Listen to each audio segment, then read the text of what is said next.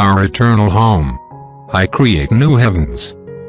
Isaiah chapter 65 verse 17. What kind of place is heaven? First, heaven is home.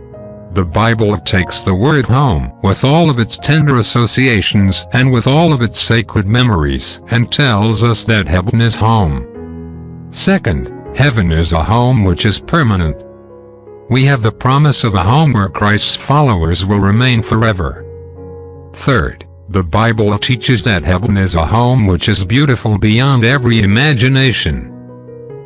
Heaven could not help but be so, because God is a God of beauty. Fourth, the Bible teaches that heaven will be a home which is happy, because there will be nothing to make it sad.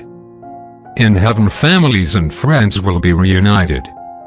God's house will be a happy home, because Christ will be there. He will be the center of heaven.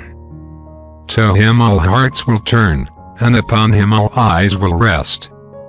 Prayer for the day. As I think of the promise of an eternal home with you and the reunion with my loved ones, I rejoice.